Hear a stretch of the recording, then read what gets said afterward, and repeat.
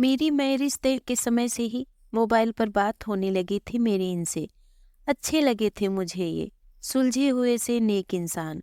मैं अक्सर इनसे पूछती, अगर मेरी और आपकी माँ में कभी कोई झगड़ा हुआ तो आप किसका साथ देंगे? इनका जवाब होता, पता नहीं। बस इस एक बात के अलावा मुझे ये बहुत अच्छे लगने लगे थे। जब मैं पहली बार इस घर में आई थी तो बहुत अजीब सा था सब।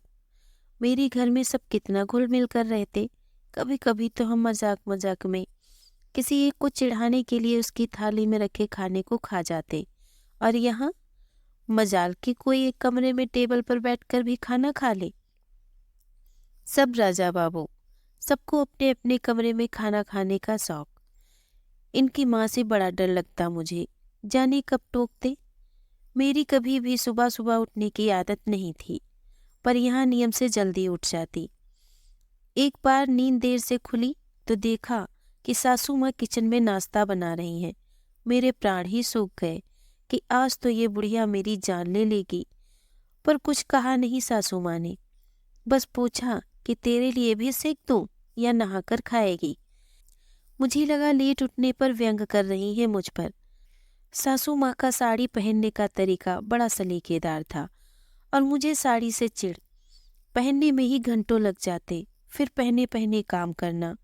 अजब हाल था मेरा। हर आधे पौने घंटे में फिर से सब ठीक करना पड़ता, नहीं तो सासू माँ टोक देती कि तमीज नहीं है क्या, ठीक से पहनो। एक बार तो चिढ़े गई, बोली कि जब नहीं पहनना आता तो सीख लो, या जो आता है वो पहनो, कार्टून क्यों बज जाती हो। बहुत रोना आया था मुझे। एक तो इतनी मेहनत करो और ऊपर से सुनो भी। मैंने भी ठान लिया कि अब साड़ी जाए चूल्हे में। पति की भी बड़ी खराब आदत थी, घर आते ही पहले अपनी माँ के पास आकर बैठ जाते, और कभी कभी तो घंटों बैठे रहते। किसे अच्छा लगेगा कि उसका पति उसके पास नहीं अपनी माँ के पास बैठ जाए। न जाने क्या खुसुर फुसुर करते दोनों। कई बार जब बहाने से उनके पास जाती तो ऐसा लगता जैसे बात बदल दी हो उन्होंने। एक बार ऐसे ही टोह लेने के लिए चाय बिस्कुट लेकर गई तो सासू माँ बोल पड़ी कि बेटा तू इतना क्यों परेशान होती है, कभी चाय कभी पानी, जा आराम कर या यहीं बैठ जा। उस दिन तो मैं चली आई, पर सोचा कि जब खुद ही कह रही हैं तो कल से साथ ही बैठूंगी।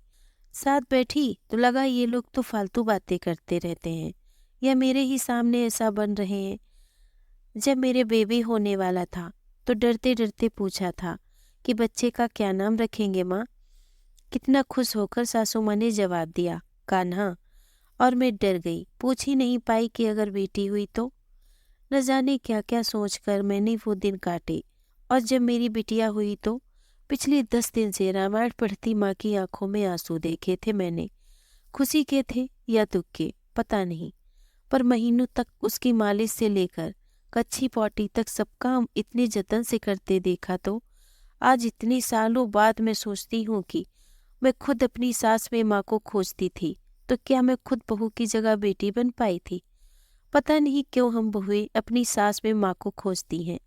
अगर सास मेरी सासू माँ जैसी होती है तो ईश्वर से प्रार्थना है कि मेरी अपनी माँ अपनी बहू के लिए मेरी सासू माँ जैसी बने, एक खुशकिस्मत बहू। दोस्तों, अगर हमारी कहानी आपको पसंद आई हो तो प्लीज इसे लाइक और शेयर करें। अगर आप हमारे चैनल पे नए हैं तो प्लीज सब्सक्राइब करें। धन्यवाद।